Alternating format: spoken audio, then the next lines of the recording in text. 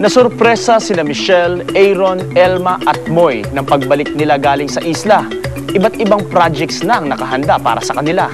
Ang pagtatapos ng 36 days ay simula naman ng bagong challenges sa buhay. It's just me and him. Ang outcast ng isla na si Michelle Madrigal. Ayon sa kanya, nakasira man sa diskarte nila ni John ang pagiging magkatribo. Pinatatag naman daw nito ang kanilang pagsasama. Mahirap kasi na mag-boyfriend, girlfriend kayo, tapos parehas kayong sasali. Kasi hindi ka makagawa ng sarili mong plano kasi kailangan parehas kayo ng desisyon. Okay pa naman, kami pa rin naman ni John.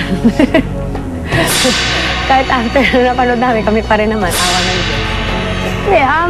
Siguro yung experience na marami na rin kasi naman kaming napagdaanan ni John. So, masasabi ko na mas stronger yung relationship namin. Isa si Michelle sa paboritong putahe ng mga lamok at niknik sa isla.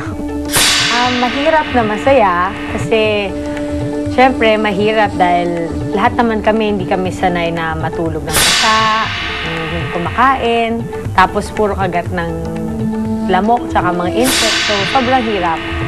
Masaya kasi yung experience naman niya. Parang ako, na-challenge ko yung sarili ko na happy ako na nalampasan ko yon, na kaya ko naman pala magtiis.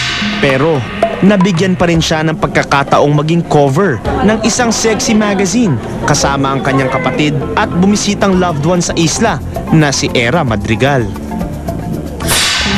Hello mga Survivor fans, ito ang bago sa akin after ng aming show. Meron akong affection cover with my beautiful and sexy Era Madrigal. At bago sa akin, nagkalaman namin kung mag-iputin na. Hindi na ako ganun kaiyakin. At makakasama ko rin siya sa upcoming sequel ng Captain Barbell. Nakuha siguro ako like sa Captain Barbell dahil after nito, siguro gusto pa nila akong bigyan ng chance. Meron po kasi ano po, siya po yung lumalabas na ano sa akin, yung masyadong leader, yung ganon-ganon. Tsaka, kapo niya kasi. Ang bolero ng isla, heartthrob talaga. Ang good looks ng ating castaway, patok na endorser. Sobrang blessed din ako, parang blessing na for me na mapasama ako. Sana lang magkaroon ng kasunod pa. Hintay na lang tayo. Pero hindi naman puro trabaho ang pinagkakaabalahan ni Aaron ngayon. Ang pagiging BFF nila ni Moy sa isla, patuloy siyempre hanggang Maynila. Kadalasan si Moy, yan, kasama ko yan. Kasi pag wala si Papa P niya, so in-invite ko minsan nagka-text yan. So yun, lumalabas kami yan. Sina Ervic, sina Aubrey. Ang ating strong mama, balik agad sa first love niya pagkagaling sa isla. Ako lang muna runway para nag-warm up.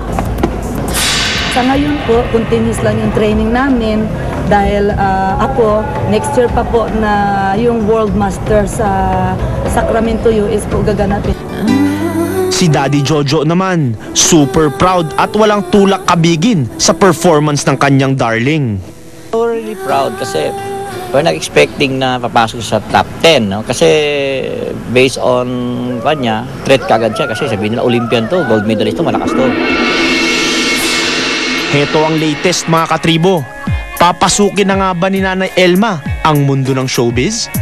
Kung bigay na ni Lord, wala na akong magagawa. Talagang turuan ko na rin at tanggapin ko na rin ang katotohanan. Kung iyon ang para na sa akin din, kung nararapat.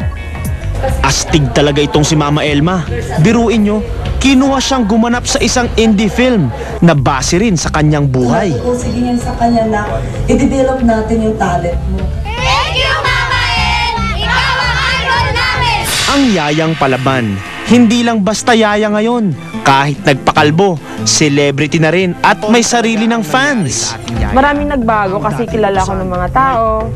Pero hindi ko inaano na sikat na ako kasi sa TV ako. Tsaka marami nakakilala sa akin. Kumbaga, tama lang. Masaya ako dahil nakikilala ako. Pero hindi ko inaano yung sarili ko, pinagmayabang na ako nga, artista na ako. Success story talaga ang nangyari sa ating yaya. Ang dating utusan, ngayon ay tinitilian. Ito, Moy, salamat ulit. First time mo na-guest. Ganda ko naman dito. Oo. Gawa niyo pa ng marami. Marami ng mga, kumbaga, kumukuha sa akin, yun, mga guestingan. Tapos, may mga mag-o-offer. Natutuwa naman ako kasi, kumbaga, dati wala naman silang pakialam sa akin. So parang ngayon, Uy, Moy, pwede ka bang pumunta sa amin? Pwede ka na ba namin i-guest? Pwede ka bang punta sa barangay namin? Cutting of ribbons? Yung mga ganon-ganon. Iiwan na ba niya ang pag-PPA dahil sa kanyang celebrity status? Mahirap mahirap mong sabihin na ayokong mag-showbiz. Nandito na ako Tsaka ayokong iwan si Piolo. Pero pag pipiliin mo ako na iwan, yung sa alin sa dalawa, wala Kasi yung dalawa nakakatulong sa akin ngayon, di ba? Blossoming talaga ang career ni Yaya Moy ngayon. Pero blooming din daw ang love life niya. After ng Survivor, kami na ni Aaron. Serious. Halos magkapalit na yung mukha namin kasi lagi kaming magkasama. Saka lagi niya akong nililibre. Pagka tinetext niya ako, hindi ako humihindi kasi wala akong gasto. At muli nating mapapanood si Moy sa Kimidora 2 bilang Elena. At syempre, proud din sa kanya ang mga kasama niya sa pelikulang ito. You know, opportunities come our way once, twice, and you don't want to pass up on that. And sabi ko sa kanya, just grab that, and masaya naman siya, na-enjoy naman yung ginagawa niya. I'm happy for her, of course. Ang saya-saya ko kasi nakita ko sa mga mata niya tsaka sa disposition niya na napakasaya niya sa lahat na nangyayari sa buhay niya. I admire you na despite ng lahat ng nangyayari sa'yo, sinisigurado mong mapagsisilbihan pa rin si Piolo. At sabi nga ni Piolo, hindi ka raw nagpapabayad na. Wow! Ito ang dapat abangan, ang mga sikreto ng Final Four.